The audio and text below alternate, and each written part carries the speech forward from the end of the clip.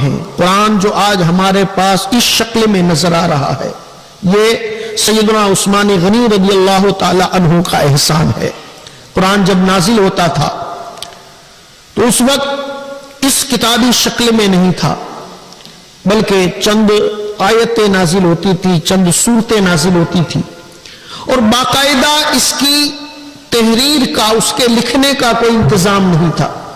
سرکار کو تو وہ فوراً یاد ہو جاتا تھا، جیسے جبریل امین علیہ السلام قرآن لے کر تشریف لاتے تھے، قرآن کی تلاوت کرتے تھے، اللہ کے رسول کو وہ حفظ ہو جاتا تھا، اور سرکار کسی صحابی کو بلا کر اس سے یہ لکھوا لیتے تھے. اور اس زمانے میں لکھنے والوں کی تعداد بھی بہت کم تھی، بہت کم ایسے لوگ تھے جو لکھنا جانتے تھے. مشکل سے 4 یا 5 صحابہ ایسے تھے جو لکھنے کا فن جانتے تھے. اللہ نے انہیں یادداشت ایسی عطا فرمائی تھی کہ کسی چیز کے لکھنے کی انہیں ضرورت محسوس نہیں ہوتی تھی. لیکن قرآن کا اہتمام سرکار اس طرح سے فرماتے تھے کہ کسی صحابی کو بلا لیتے تھے، اور وہ کاتب قرآن ایک حضرت زید ابن ثابت تھے، دوسرے حضرت مولا علی کرم اللہ تعالی وجہ الکریم تھے، اور تیسرے حضرت امیر معاویہ رضی اللہ تعالیٰ عنہ تھے، جو کاتب قرآن ہونے کا جنہیں شرف حاصل ہے، جو قرآن لکھا کرتے تھے. سرکار انہیں بلا کر ان سے لکھوا لیتے تھے. کوئی بکرے یا بھیڑ کے چمڑے پر لکھ لیتا، کوئی پتھر کی تختی پر لکھ لیتا، کوئی درخت کی چھال پر لکھ لیتا، اور جو لکھتا وہ قرآن کا حصہ اسی کے پاس رہتا. لیکن جب صدیق اکبر رضی اللہ تعالی عنہ کا دور آیا اور مدعی نبوت مسلمۃ الکذاب کے ساتھ جنگ ہوئی، تو اس جنگ میں لشکر اسلام میں 70 صحابہ ایسے تھے جو حافظ قرآن تھے، اور ان میں سے بہت سارے اس جنگ میں شہید ہو گئے. جب یہ جنگ ختم ہوئی تو سیدنا فاروق اعظم رضی اللہ تعالی عنہ نے امیر المومنین ابو بکر صدیق رضی اللہ تعالیٰ عنہ کی بارگاہ میں ایک مشورہ پیش کیا کہ اب قرآن کو ایک جگہ جمع کر لینا چاہیے، اس لیے کہ اس جنگ میں بہت سارے ایسے صحابہ شہید ہو گئے جو حافظ قرآن تھے، اور اسی طرح سے سلسلہ جاری رہا تو کہیں ایسا نہ ہو کہ قرآن کی صورتیں ضائع ہو جائیں، برباد ہو جائیں. سیدنا ابو بکر صدیق رضی اللہ تعالی عنہ کو ان کا یہ مشورہ بہت پسند آیا، اور سب سے پہلے سیدنا ابو بکر صدیق رضی اللہ تعالی عنہ نے اس کو جمع فرمایا. اور ان کا جمع کرنا اس طریقے سے تھا کہ جن جن صحابہ کے پاس قرآن کے جو بھی حصے تھے وہ سب سے آپ نے منگوا لیے، اور سارے حصوں کو ایک جگہ پر جمع کر لیا اور اسے اپنے پاس رکھ لیا، جب تک کہ سیدنا ابو بکر صدیق رضی اللہ تعالی عنہ کا دور خلافت رہا یہ ان کے پاس رہا. پھر جب فاروق اعظم رضی اللہ تعالیٰ عنہ کا زمانہ آیا تو وہ جمع کیا ہوا ابو بکر صدیق کا جمع کیا ہوا قرآن ان کے پاس رہا. پھر اسلامی فتوحات بڑھتی رہی. پہلے تو اسلام صرف عرب تک تھا، پھر ایران فتح ہوا، روم فتح ہوا، افریقہ فتح ہوا، سندھ فتح ہوا. اسلام کا رقبہ بڑھتا رہا اور مسلمان دور دور کے علاقے میں جاتے رہے. اب جب قرآن نازل ہوتا تھا تو قرآن کے الگ الگ قبیلوں کی زبان میں تھوڑا تھوڑا فرق تھا. جس طرح سے ہماری زبان گجراتی زبان ہے، یہاں اس کا لہجہ کچھ الگ ہوتا ہے. 100 کلومیٹر یا 200 کلومیٹر چلے جائیں تو تھوڑی زبان تبدیل ہو جاتی ہے، پھر اور بھی تبدیل ہو جاتی.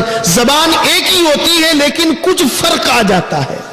تو اسی طرح سے عرب میں جتنے قبیلے تھے سب کی زبان تو عربی تھی لیکن لہجے میں فرق تھا. اس کو ادا کرنے میں، لفظ کو ادا کرنا، شبد کو ادا کرنے میں لہجے کے اندر فرق تھا.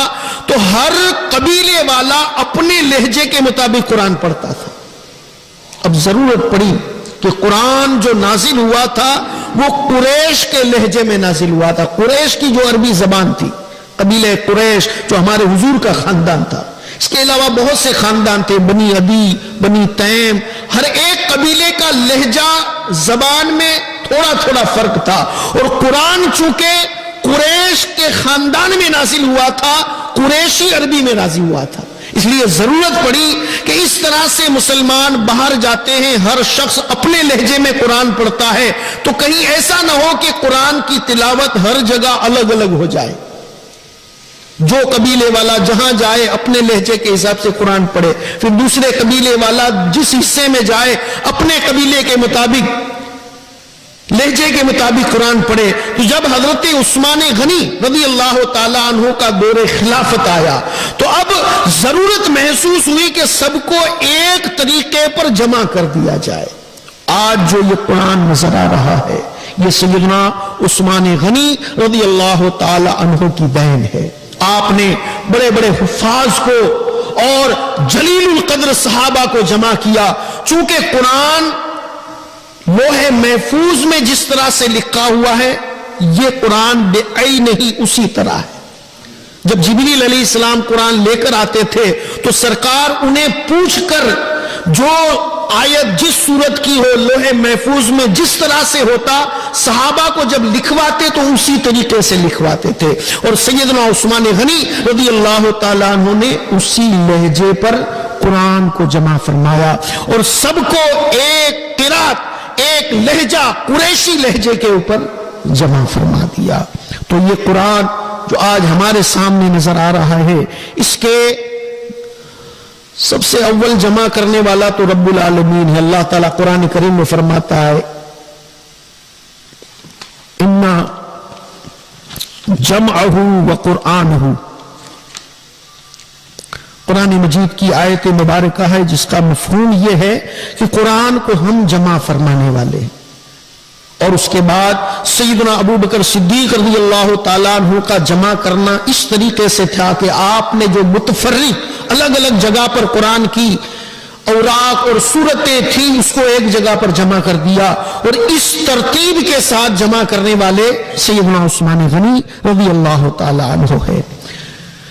سیدنا عثمان غنی جامع القرآن سے روایت ہے کہ نبی کریم صلی اللہ تعالی علیہ وسلم نے ارشاد فرمایا تم میں سے بہتر وہ شخص ہے جو قرآن سیکھے اور قرآن سکھائے.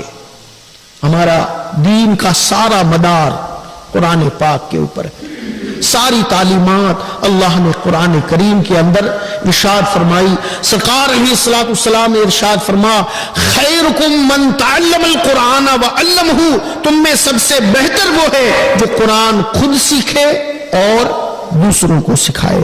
حضرت ابو امامہ رضی اللہ تعالی عنہ سے روایت ہے حضور پر نور صلی اللہ علیہ وسلم نے ارشاد فرمایا قرآن پڑھو کیونکہ وہ قیامت کے دن اپنے اصحاب کے لیے شفیع ہو کر آئے گا. قرآن کی تلاوت کرنے والوں کے لیے قرآن شفاعت کرنے والا ہوگا.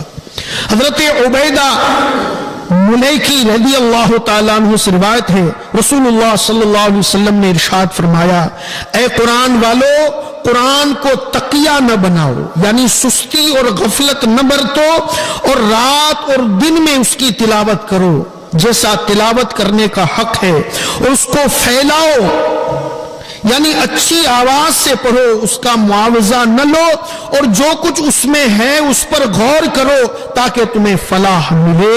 اس کے ثواب میں جلدی نہ کرو کیونکہ اس کا ثواب بہت بڑا ہے. قرآن کریم جب عربی زبان میں نازل ہوا تو عرب